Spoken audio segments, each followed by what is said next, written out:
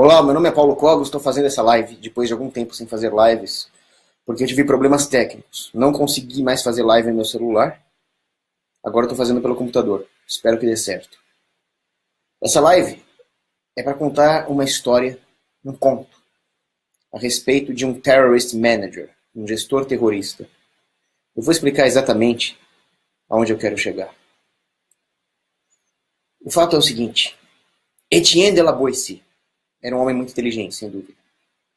E uma das ideias de Etienne de la Boétie é que é preciso estar vivo para criticar o governo. É preciso ter recursos para te criticar o governo. Se você morrer, você não vai mais criticar o governo porque você está morto. O que você poderá fazer depois de morrer é interceder pelos oprimidos lá no céu. Mas você precisa estar vivo para criticar o governo. Então o que Etienne de la Boétie fazia? Ele não falava, ó, esse rei fulano de tal está fazendo tal coisa. Não. Ele era mais esperto do que isso. Ele falava, olha, existe uma terra distante, uma terra longínqua, onde existe um rei. E aí ele fazia uma analogia. Era possível perceber que ele estava criticando o governo atual. Mas ninguém poderia acusá-lo disso. E assim ele sobrevivia. E existem muitos libertários que não entendem isso. Muitos libertários não trabalham. Muitos libertários não fazem porcaria nenhuma da vida deles. Eles não sabem como as coisas realmente funcionam. É preciso estar vivo e é preciso se preservar para poder juntar recursos para lutar.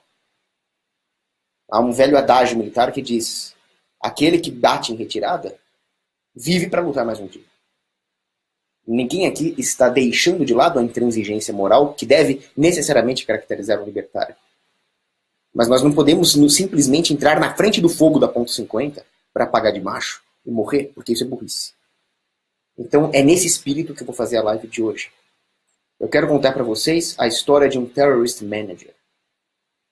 Eu vou dar um exemplo de um terrorist manager real que existe hoje. Eu vou fazer uma crítica específica. Se chama Sadiq Khan. Sadiq Khan. Ele é um terrorista e ele é prefeito de Londres. Ele é duplamente criminoso. Primeiro por ser um terrorista e segundo por ser prefeito de Londres. Ele odeia o povo de Londres. Ele é um muçulmano, ele quer a destruição da Europa e da cristandade. Mas ele alçou o cargo de prefeito, inteligentemente. E agora o que ele fala? Ele fala que nós devemos criar uma cidade, uma Londres multicultural. Ah, mas e o terrorismo? Vocês precisam aprender a se acostumar com o terrorismo. Eu sei, mas tem pessoas morrendo, faz parte do dia a dia das grandes cidades. Esse discurso dele, em outras palavras, é: eu quero que vocês morram. Eu estou usando um tipo de tática militar contra o cidadão londrino. Mas a política é a continuação da guerra por outros meios. O que ele está fazendo é a mesma coisa que o terrorista está fazendo, mas num nível mais elitizado. E as pessoas engolem isso. Então, para nós que não somos europeus, para nós que temos a capacidade de perceber o quanto a Europa está cometendo um suicídio, é fácil ver. É muito fácil ver. Pô, o cidadão londrino, europeu, cristão, está sob a égide, está sob domínio de um muçulmano que quer matá-lo. E eles não percebem isso. Acontece que existe um outro povo que também está sob domínio de um terrorista e não percebe. Porque talvez não seja tão claro quanto a dicotomia entre a civilização europeia e o Islã. Mas esse povo também está sob ataque. Então agora eu vou contar a história. É um conto. Existia um continente muito bonito. Um continente lindo, onde havia belas índias com suas tangas. Esse continente foi descoberto há cerca de 500 anos atrás. E um padre jesuíta fundou uma linda cidade nesse continente. Essa cidade acabou se tornando a maior do continente. Uma cidade muito bonita. Mas com o tempo ela foi ficando feia. Houve muita intervenção de vários governos nessa cidade. E essa cidade acabou sofrendo uma maldição. Ela acabou sendo controlada por gente da pior espécie. Os piores que você possa imaginar. A ponto de que, não há muito tempo atrás, existia um gangster que mandava nessa cidade. E esse gangster era declaradamente comunista. E as pessoas estavam com medo de que esse gangster continuasse aterrorizando a cidade. É claro que ele tinha algum apoio, né? Mas elas falaram: não, vamos mudar isso. Vamos eleger um gangster diferente. Elas nem se tocaram que era um gangster. E acabaram elegendo um gangster. Esse gangster acabou se tornando o líder novo dessa cidade. Ele não se chama gangster. Ele não se chama mafioso. Ele possui um nome mais marqueteiro. Ele se chama majordomos. Então nós vamos agora nos referir ao majordomos dessa cidade. O majordomos dessa cidade parecia oposto ao majordomos vermelho de outrora. Mas não é. As pessoas que acreditaram nesse majordomos deram com o nariz na porta. Porque este majordomos que agora está mandando nessa cidade é pior do que o anterior. E ele não só é pior em termos absolutos, como também em termos psicossociais. Afinal, fica claro ver o quão danoso era um majordomos vermelho, declaradamente comunista. Mas esse majordomo se dizia anticomunista. E o que ele está fazendo na prática é a mesma coisa. Só que relativizando, inclusive, a nomenclatura política. O que o torna ainda mais perigoso. E mais, esse majordomo tem pretensões de mandar em uma área muito maior do que a cidade. Ele tem pretensões de mandar no maior país desse continente. Desse belo continente que ele referiu. Isso é muito perigoso. As medidas desse majordomo nessa cidade são as mais dantescas possíveis. Por exemplo, existia um mago nessa cidade. Eu estou falando de um conto, né? Claro. Então existem magos, existem dragões, existem elfos, existem orcs, existem gnomos. E existia um mago nessa cidade. Não nessa cidade, num país estrangeiro. E esse mago lá de um país estrangeiro desenvolveu um serviço interessantíssimo. Ele criou, usando cristais, ele criou uma tela de cristal. E nessa tela de cristal, ele exibia todo tipo de espetáculos, peças gregas, poesias, encenações de batalhas, lutas de gladiadores, tudo aquilo passava nessa tela de cristal. Bastava que as pessoas dentro das suas casas enviassem algum pagamento em ouro para esse mago. Isso é muito parecido com o que hoje nós chamamos de serviços de streaming, como Netflix, certo? Então esse mago criou esse serviço maravilhoso lá no estrangeiro, em outras terras, e as pessoas do mundo inteiro poderiam comprar essa tela de cristal e acessar essas peças de teatro, essas lutas de gladiadores, magicamente. Hoje nós temos tecnologia para isso, mas na época que eu estou falando era mágica, certo? E aí o que esse majordomos fez? Ele resolveu taxar esse serviço de streaming mágico. Ele resolveu colocar um imposto. Agora, com que desculpa ele vai roubar esta empresa do mágico? O mágico criou uma empresa. Com que desculpa ele vai assaltar uma empresa honesta, um mago honesto que disponibiliza esse maravilhoso serviço de telas de cristal com filmes para as pessoas? Ele simplesmente não pode chegar, estou assaltando eles. Ele vai usar o mesmo discurso da esquerda, incutindo nas pessoas o ódio contra as pessoas bem-sucedidas. Então o discurso desse majordomos vai ser mais ou menos assim. Aliás, eu não citei o nome do majordomos. O nome desse majordomos é Jay Fabiano. Tá? Jay Fabiano. Então o Jay Fabiano vai falar o seguinte: olha, esse mago que criou esse serviço de telas de cristal com espetáculos aí, ele é bilionário. E se ele é bilionário, ele está tendo lucros enormes, ele tem que pagar imposto. Quer dizer, o rico não é gente. O rico não tem nenhum direito. Vamos odiar os ricos. Isso desvia, isso canaliza o ódio que as pessoas realmente deveriam ter. As pessoas deveriam se revoltar contra os seus opressores, contra esse majordomos Fabiano, que está taxando um serviço honesto, um serviço excelente, um serviço que as pessoas gostam, um serviço útil. É contra eles que nós deveríamos ter ódio. Mas se as pessoas não têm poder para destruir esse majordomos, então elas vão se voltar contra quem? Vamos nos voltar contra os ricos? Vejam que é a existência desse sistema político, desse John Fabiano aí, Jay Fabiano, que gera todo o problema. São esses impostos que destroem a economia, que nos tiram empregos, que encarecem as coisas, que causam carestia. É contra isso que nós deveríamos nos revoltar? Então surgem problemas, mas então as pessoas vão querer que o majordomos resolva os problemas que ele mesmo criou, que a sua própria existência criou. Nicolás Gomes Dávila sempre dizia: a medida da imaturidade de um homem é o quanto ele pensa que os políticos resolverão o seu problema. Então você fica aí achando que este bandidinho do majordomos vai resolver os seus problemas, quando ele só vai piorar. Então você quer que ele tenha dinheiro. Dinheiro roubado de quem? Daquele que está oferecendo um serviço enemy of the fucking state! Mas daquele que está oferecendo um serviço para você, ingrato. Até quando? Até quando nós vamos ser ingratos com as pessoas que nos propiciam bens e serviços? Com as pessoas que empreendem e que arriscam seu próprio capital? Ah, eles são bilionários, eles têm iates, eles têm mansões, eles têm um monte de mulher gostosa. Ótimo! Eles merecem! Quem não merece sequer a vida é o majordomos. E te rouba.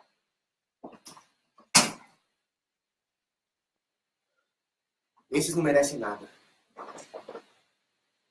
Esses não merecem nem respirar oxigênio. Mas o cinismo do discurso não para por aqui. Ele vai muito além.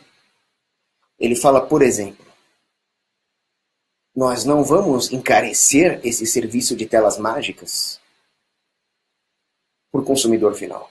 Você camponês, você ferreiro, você artesão, você arqueiro, você maid, você não vai gastar mais dobrões com esse serviço. Porque esse mago que criou essa empresa não vai repassar os custos do imposto para você. Não vai porque eu não vou deixar. Eu estou falando que ele não deve repassar. Ele deve tirar dos lucros bilionários dele. Muito bem. A ciência econômica é válida no Antigo Egito. A ciência econômica é válida em Nova York hoje. A ciência econômica é perene. Então ela também vale nessa terra fictícia a qual eu estou me referindo. Ela continua valendo. E o que a sólida ciência econômica nos diz? A sólida ciência econômica nos diz o seguinte. Primeiro, se um empresário paga mais imposto, o quanto ele vai repassar para o consumidor não depende de decretos de burocratas. Isso depende do mercado. Isso depende do quanto um empresário pode aumentar ou diminuir o seu markup. O quanto ele vai lucrar. Certo? Depende de poder de barganha do consumidor, depende de como é a estrutura da concorrência, depende do market share da empresa. Um burocrata não sabe disso. Pessoas que não trabalham não sabem disso. Ah, mas dizem que esse majordomos trabalhava. Não, ele nunca trabalhou. O que é trabalhar de verdade? Trabalhar é você pegar a porra do seu capital, arriscar, investir, empreender, tentar ver quais são as demandas genuínas dos seus clientes, pagar direito dos seus funcionários, e aí você está trabalhando. Ninguém está te dando colher de chá. Ah, o papai me ajuda. Ah, o papai te ajuda? Então são relações familiares naturais. Isso não conta como uma mamata espúria. Ah, mas eu ganhei na Mega Sena. Ótimo.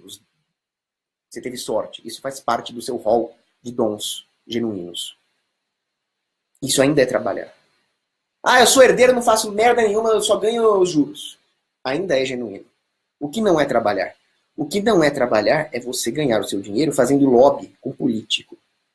Ganhando às custas de regulações em cima dos seus concorrentes. Fazendo lobby. Isso não é trabalhar.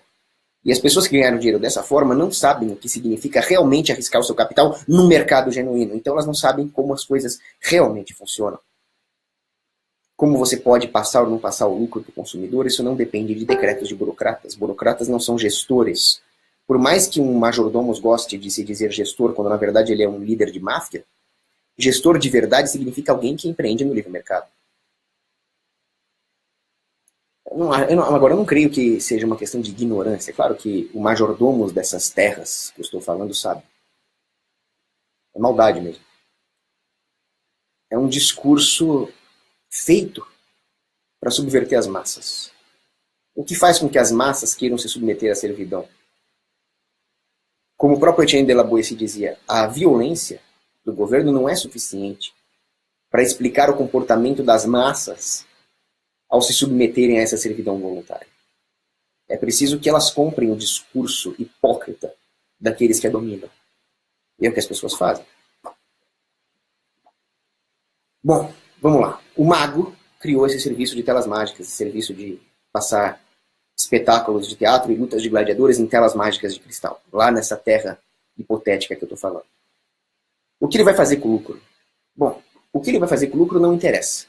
Mas qualquer coisa que ele fizer com esse lucro vai ter uma função econômica, pelo menos do ponto de vista sistêmico. É possível que ele use isso para reinvestir na própria empresa, oferecendo, obviamente, um serviço melhor para o consumidor. É preciso reinvestir na empresa. O empresário está sempre tendo que inovar, porque os lucros econômicos não contábeis estão sempre tendendo a zero. Ainda mais quando o mercado é livre e existe a concorrência com todos os bens diretos e bens substitutos. Ou então ele pode aumentar o salário dos seus funcionários, né? Aumentar o salário dos pobres, dos peões que trabalham para esse mago. Ou ele pode baratear o serviço para os seus consumidores, aumentando o seu market share. Existem pessoas que não podem pagar por um serviço de streaming. Existem pessoas que não podem ter acesso a esse serviço nas telas mágicas de cristal. O mais humilde dos camponeses, por exemplo, um aprendiz de ferreiro nessas terras não pode pagar por isso. Mas se os preços baratearem, esse sujeito pode aumentar o seu volume, não perdendo tanto em margem e assim aumentar os lucros. Logo, é um incentivo levar esse serviço para as pessoas cada vez mais pobres. Um incentivo do lucro. O lucro de aumento do volume sem tanta perda de margem. Mas se ele tiver que pagar impostos, isso está fora de cogitação. Se os impostos aumentarem, isso não vai existir. Ou então vamos supor que esse mago, dono da empresa, olha, não estou mais nem aí para a empresa, eu vou curtir a vida, eu vou gastar tudo por aí, consumindo. Ainda assim, é um dinheiro que vai ser repassado para aqueles fornecedores dos bens de consumo que esse mago vai consumir. Então vamos supor que este mago queira ir até um bordel, o gasto mais imoral que ele puder ter. Ele vai num bordel lá na cidade. Ele vai gastar com prostituta. Ainda que seja uma atividade imoral, esse dinheiro, no final das contas, está sendo repassado para a faxineira desse bordel. Ainda é um dinheiro que está em mãos genuinamente privadas. Agora, qual é a pior coisa que poderia acontecer com esse dinheiro? É ir parar na mão da gangue, do majordomos. Essa é a pior coisa que poderia acontecer. Então, mesmo que o empresário gaste tudo com prostituta, ainda é menos pior do que esse dinheiro ir parar na mão do seu governo. Porque o seu governo é inimigo. Não queira que o seu inimigo tenha recursos. É melhor que esse dinheiro vai parar na mão de prostitutas e de cafetões do que do seu governo. É simples. Ou então esse empresário, esse mago, pode ser uma espécie de avarento. Mr. Scrooge pode guardar tudo. E o que vai acontecer se ele entesourar todo o dinheiro? As taxas de juros vão cair. E aquele pobre camponês que gostaria de abrir a sua taverna vai poder abrir porque os juros estão menores. Veja como seria bom nessa cidade hipotética que se esse majordomos não existisse. Mas ele vai taxar os caras. Imposto. Mais imposto. E mais imposto. Qual o argumento dele? Ah, é justo que pague imposto. Então ele está dizendo que é justo roubar. Que tipo de perversão moral faz alguém achar que um roubo é justo? Ah, mas os outros também pagam. Ué, aquele exemplo que eu sempre dou. Vamos supor que exista um país onde todas as morenas são estupradas. Nós vamos combater os estupradores ou nós vamos estuprar as ruivas e as loiras também? E as negras, e as mulatas, e as japonesas? Isonomia. A isonomia é uma maldição. A isonomia é querer estender a injustiça em nome dessa quimera que é a isonomia. Esquece a isonomia. Nós temos que fazer a justiça a nível individual. Se qualquer indivíduo estiver sendo injustiçado, essa injustiça deve ser combatida. E a isonomia? Vai para o inferno com a isonomia. Não existe igualdade. Nós mal conseguimos justiça. E aí vocês estão preocupados com igualdade? Igualdade é coisa do demônio. Você sabe quem quis igualdade, né? Lúcifer. O demônio. Ele era o anjo que tinha mais alta honraria no céu. Ele era um serafim, o mais alto dos serafins. Não tá bom? Imagina você ser o mais alto dos serafins, que louco. Não, não tá bom. Ele quer ser igual a Deus. Ele quer igualdade. Bandido. Por isso tá no inferno agora. Igualdade é coisa do demônio. Isonomia é coisa do demônio. O que nós temos que lutar é justiça. Justiça. Por exemplo, a justiça de você poder comercializar a mercadoria que você produz, mas vamos voltar a esta cidade hipotética onde existe esse tal majordomos.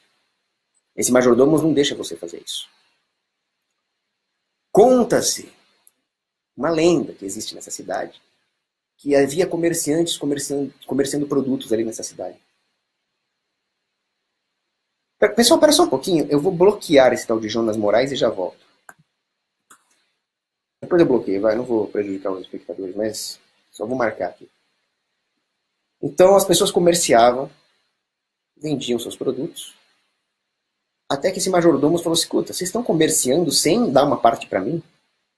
E os comerciantes falaram para o majordomo, sim, porque o produto é nosso, o consumidor quer comprar de nós, o dinheiro é do consumidor, você não tem nada com isso. Aí o que o majordomo fez?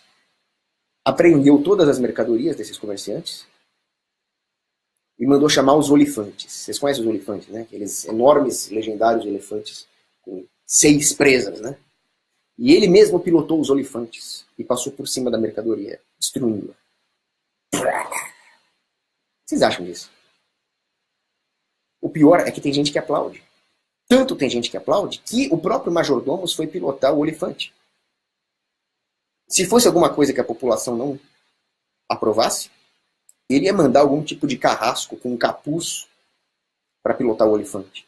Afinal, quando as pessoas eram executadas a machadadas na Idade Média, o carrasco usava um capuz. Por quê? Porque imagina você andar pela rua e as pessoas saberem que você é o carrasco que executou um prisioneiro político lá porque o rei não ia com a cara dele. Você não ia ser benquisto, né? Mas nessa cidade hipotética que eu estou me referindo, o majordomos Fabiano, ele goza de um privilégio, que é a perversão moral dos habitantes dessa cidade. A perversão moral é tão grande que ele comete as atrocidades, como por exemplo destruir a mercadoria alheia, e o povo ainda aplaude. E aí, para fazer mais média ainda, ele mesmo vai lá e pilota o olifante e destrói a mercadoria dos outros. Como que nós vamos parar nisso? Como demônio que nós vamos parar nisso? É porque as pessoas são covardes. Eu não sou nenhum guerreiro viking. Eu não sou nenhum Spartacus, nenhum Skandenberg. Mas nós temos que ser intransigentes morais. Nós não podemos ceder. Então, um governo, da maneira como ele surgiu, um bando de homens armados, era claro que eram bandidos. Agora, com o tempo, as pessoas falam, bom, não adianta lutar contra eles, vamos mais ou menos jogar o jogo deles. Mas a perversão moral vai avançando ao longo da história, até que chega o ponto em que as pessoas acham que aquilo que o governo está fazendo é certo. Chega um ponto em que a própria ação humana é distorcida pela existência do governo e pela distorção que o governo causa no tecido institucional. As instituições informais, que são causadas diretamente pela capacidade moral das pessoas, é distorcida de tal forma pela existência do governo que as pessoas deixam de ver a injustiça onde ela realmente existe e passam a ter um padrão distorcido de justiça, onde elas veem o governo como uma justiça por decreto. Não mais as instituições precisam se encaixar no padrão de justiça, mas dessa vez, o comportamento da instituição em questão é que determina o que é justiça. Quando chega nesse ponto, não tem mais volta. Quando chega nesse ponto, eu não sei como é que faz para voltar. Vocês sabem que eu defendo a via armada, né? Mas você imagina o privilégio totalitário que goza uma instituição que define justiça pela sua ação ao invés de precisar encaixar as suas ações dentro de um parâmetro imutável de justiça. Bom, a saída armada é óbvia, mas como exatamente convencer as pessoas de que a saída armada é justa?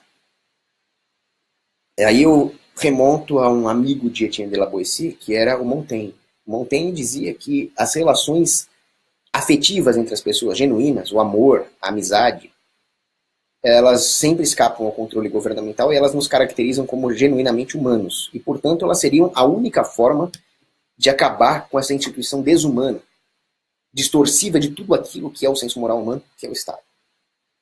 Então olhem para as pessoas ao seu redor, para os seus amigos, para os seus parentes, para aqueles comerciantes que tiveram sua mercadoria destruída. Olhe para o empresário, dono desse serviço de streaming que está sendo assaltado à mão armada e tenham empatia com eles. Pense que esse cara é seu próximo, é seu semelhante. Pense o quanto ele está sendo injustiçado pelo Estado e não substitua o amor que você deve ter pela sua família e pelos seus amigos por essa servidão ao Estado.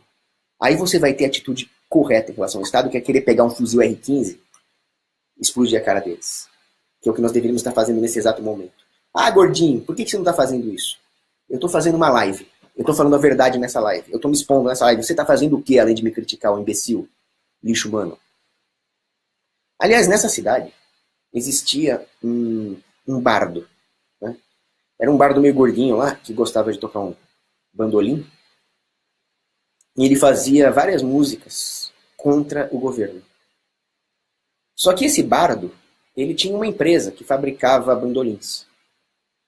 E ele tinha muito medo que o majordomos destruísse a empresa dele, taxasse, mandasse a vigilância, mandasse seus capangas contra a empresa dele, certo?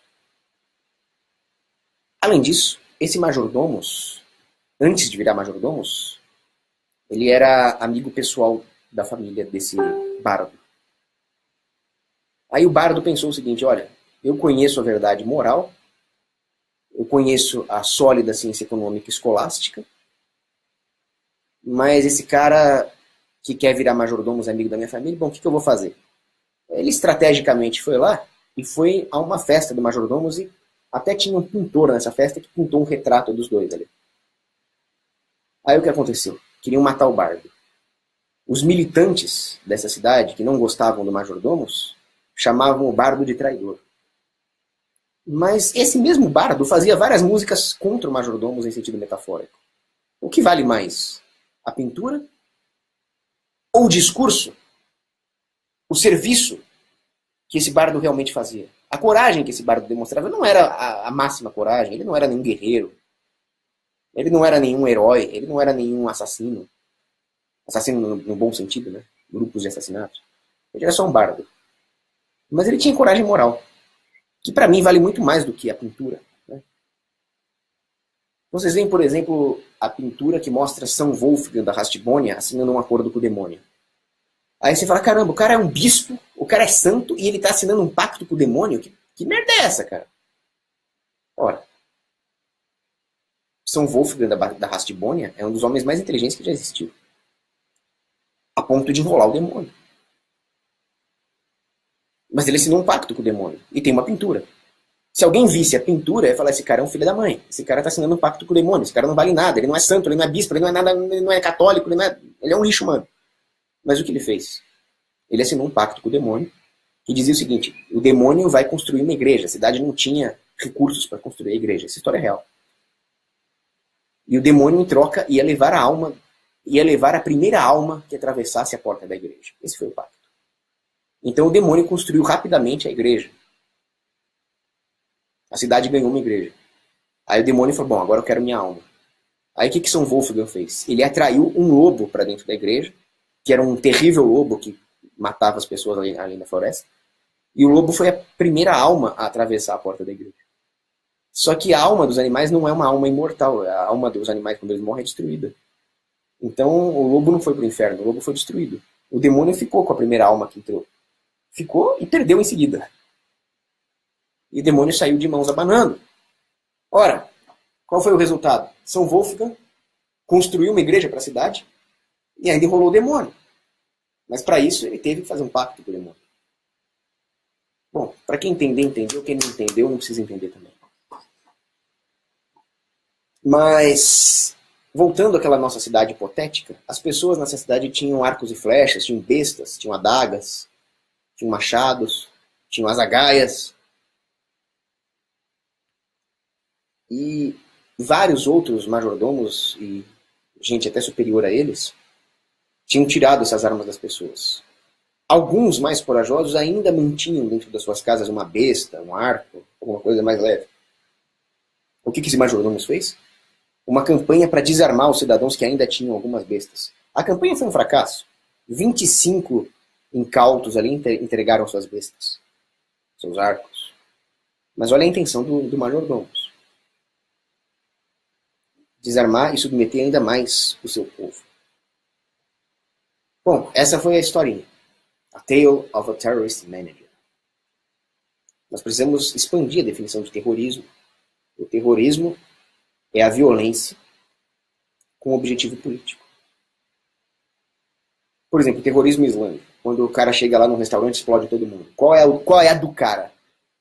Indireta ou diretamente, a do cara é implantar um califado. Porque o Islã não é uma religião. O Islã é um sistema jurídico-político sectário. Então a violência islâmica tem objetivos políticos. Por isso que seus atos são terroristas. Eu sou separatista, eu apoio qualquer ação separatista dentro dos limites da guerra justa, da guerra ética.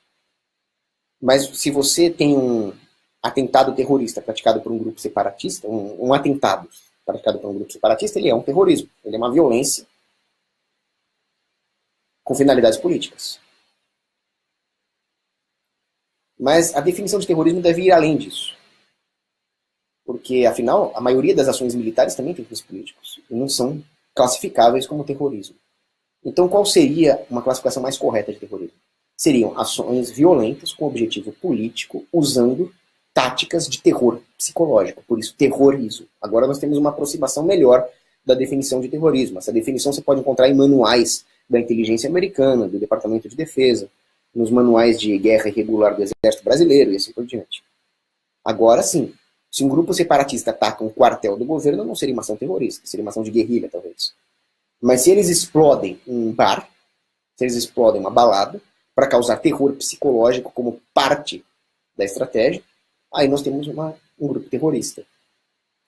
E a violência que um majordomo dessa nossa cidade hipotética pratica contra a população, dentro dessa definição, pode ser classificado como terrorista, sim. Por quê? Porque é uma violência, esmagar mercadorias roubadas, assaltar a mão armada um empresário, desarmar o povo. A finalidade é totalmente política, tudo verte para a intenção dos governantes de acumular poder. Mas e quanto ao terror psicológico? Ele é pior do que nós pensamos. Não é o terror psicológico convencional de fazer as pessoas ficarem com medo. Isso aí é primitivo. Isso é o que o Islã faz. Isso é o que os governos fazem no comecinho, nos seus primórdios. Isso é o que o Negan faz no Walking Dead. Aqui é pior. Aqui ele tem o objetivo de perverter o nosso senso moral. De causar uma perversão psicossocial nas pessoas, de forma que elas apoiem essas mesmas ações. É uma violência a pior possível. Porque ela não é só terrorismo psicológico. Ela é um atentado contra a nossa alma. Ela é uma inversão da finalidade última da criação humana, que é servir a Deus. Ela é uma perversão da alma. É o pior tipo de violência que existe. Assim, a violência praticada por políticos querendo fazer média com as massas é a pior forma de terrorismo possível. Essa é a grande conclusão que nós chegamos aqui nesse vídeo. Vocês acham que eu estou exagerando?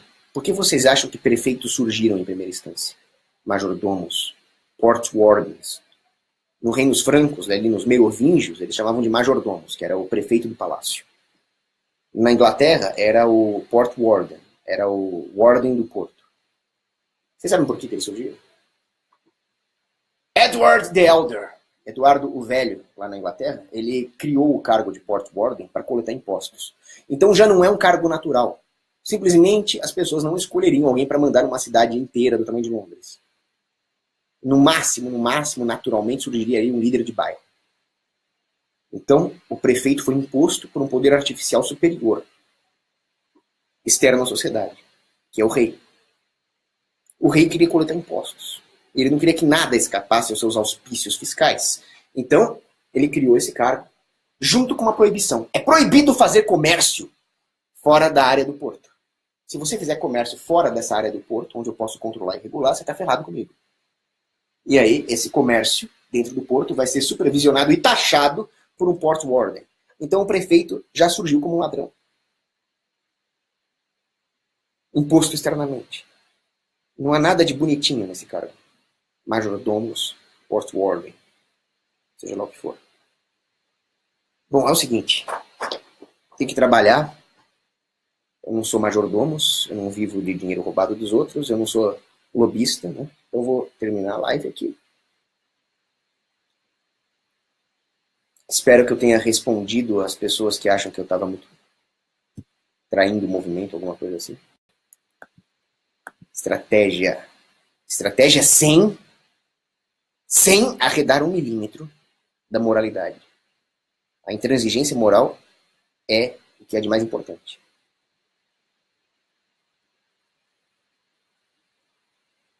Vamos ver se tem alguma pergunta. O conceito de estratégia, em grego, estratégia. Isso é uma outra coisa que os libertários confundem, tá? Estratégia. Estratégia não é sinônimo de concessão moral. Aqui nós não vamos fazer nenhuma concessão moral. Por outro lado, nós não vamos atar uma baioneta num fuzil e ir até a prefeitura gritando: "Raio, Silver!" Você vai morrer, vai tomar um tiro e não vai adiantar nada.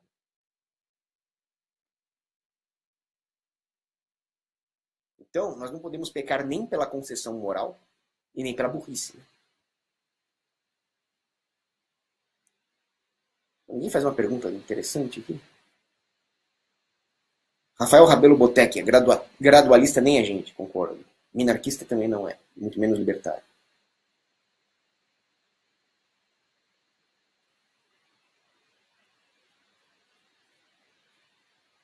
Pantio Villa é contra a propriedade privada, tá fora. Deixa eu ver se tem mais alguma pergunta. Bom, essa aqui eu já respondi. Aí tem gente perguntando aqui de feminismo, de globalismo, temas interessantes, mas não são do escopo do vídeo, não vou mais misturar as bolas, não. É isso aí. Abraço, beijo pras meninas. Murray Rothbard. Enemy of the fucking state, motherfuckers!